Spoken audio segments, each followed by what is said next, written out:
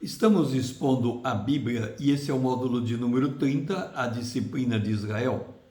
A serpente negou que comer do fruto proibido traria morte. A mulher acreditou na mentira e morreu. Caim cultuou a Deus do seu jeito e foi rejeitado por Deus. Noé avisou o povo do dilúvio e não creram. Os egípcios se recusaram a deixar Israel partir e foram destruídos por 10 pragas. O castigo divino vem, cedo ou tarde, sobre todos os que se recusam a crer em Deus. Foi o que aconteceu com Israel, destacando apenas Caleb e Josué que creram.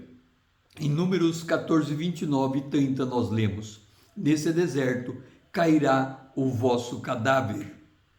De 20 anos para cima, os que dentre vós contra mim murmuraste, salvo Caleb, filho de Jefoné, e Josué, filho de Num. Essa disciplina seria aplicada àquela geração até perecer. Nós lemos em Números capítulo 14, 33, 34. Vossos filhos serão pastores nesse deserto 40 anos, e levarão sobre si as vossas infidelidades, até que o vosso cadáver se consuma nesse deserto. 40 dias, cada dia representando um ano, levarei sobre vós as vossas iniquidades 40 anos, e tereis experiência do meu desagrado. A geração seguinte, ela teria de suportar o desatino dos seus pais por 40 anos. Eles espiaram a terra por 40 dias e foram disciplinados por 40 anos porque não creram em Deus. A disciplina de Deus resulta da escolha do povo de Deus recusar-se a fazer a vontade de Deus. Ainda que a disciplina seja uma expressão da ira de Deus, isso é, do seu desagrado, ela é um sinal também do amor de Deus, pois está escrito em Hebreus capítulo 12, verso 6 em diante. Porque o Senhor corrige a quem ama e açoita a todo filho a quem recebe. Se estáis sem correção de que todos se têm tornado participantes, logo sois bastardos e não filhos. Israel se viu obrigado a vagar no deserto no tempo dessa disciplina por causa da sua incredulidade. Por outro lado, mesmo Caleb e Josué tendo outro espírito, juntamente com os filhos daquela geração, ainda assim, estes se tornaram participantes da mesma disciplina. No entanto, para eles, a disciplina de Deus lhe traria benefícios. É o que lemos em Hebreus capítulo 12, verso 11. Toda disciplina, com efeito, no momento, não parece ser motivo de alegria, mas de tristeza. Ao depois, entretanto, produz fruto pacífico aos que têm sido por ela exercitados, fruto de justiça. Todo contexto existencial se constitui em uma prova se confiamos ou não em Deus, que é o Senhor de todas as circunstâncias. Diante da prova, ou murmuramos, reclamando da situação, pessoas ou de Deus, ou invocamos a Deus, como fazia os descendentes de Sete, bem como Abraão, Isaque e Jacó. Israel, depois, não tendo água, murmurou.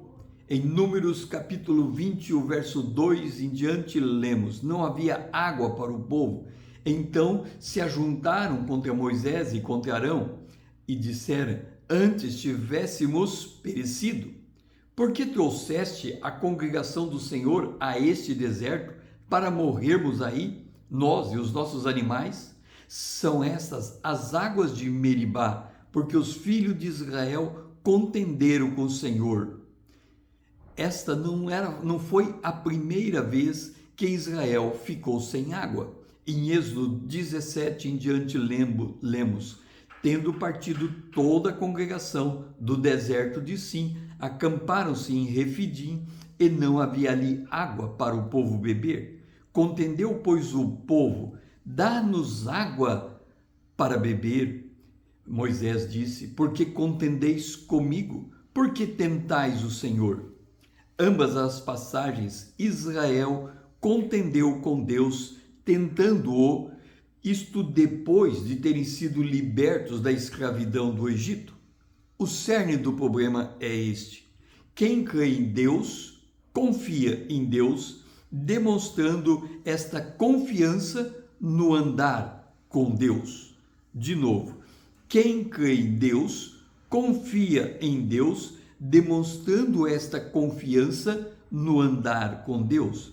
Israel saiu do Egito por crer em Deus, mas diante de cada obstáculo no deserto, mostrava não confiar em Deus. Antes do Sinai, em Refidim, o povo externou a desconfiança. Deus deu água sem repreendê-lo.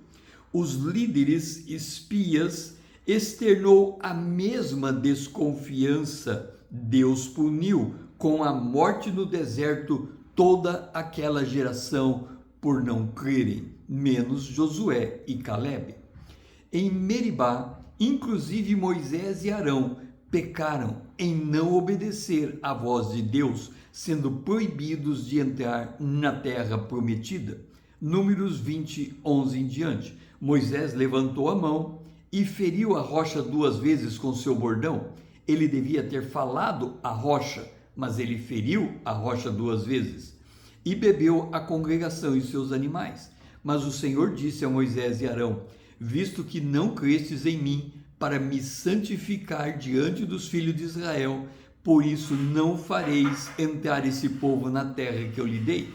A instrução de Deus tinha sido clara, era para falar, mas eles acharam que podiam bater e por isso foram rejeitados e não puderam entrar na terra prometida.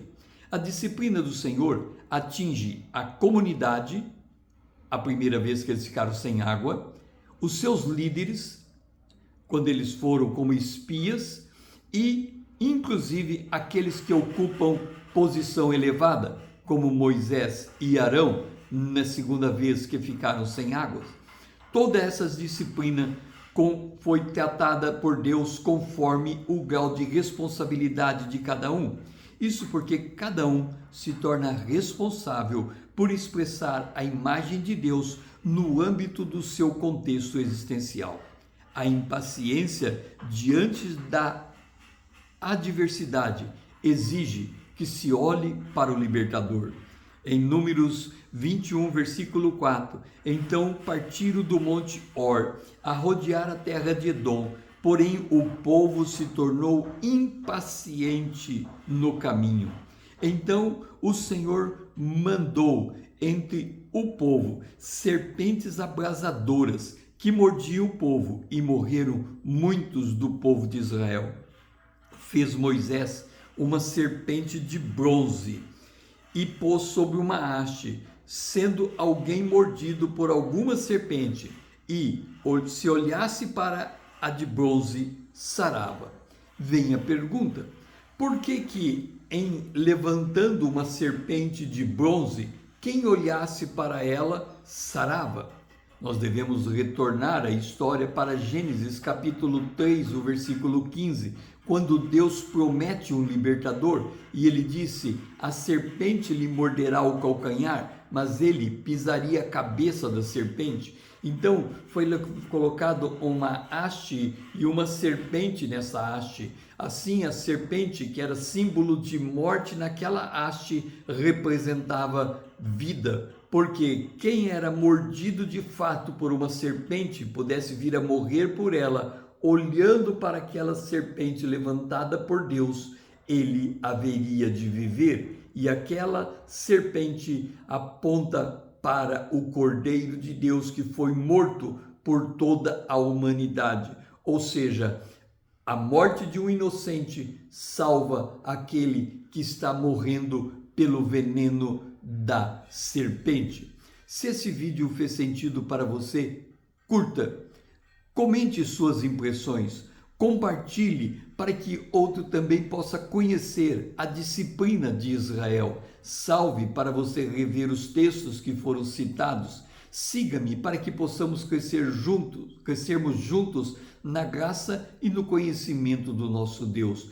Eu sou o pastor César Azevedo. O meu lema é conhecendo a verdade para sermos transformados na imagem de Cristo, conhecendo a palavra para sermos transformados na imagem de Cristo pelo poder de Deus.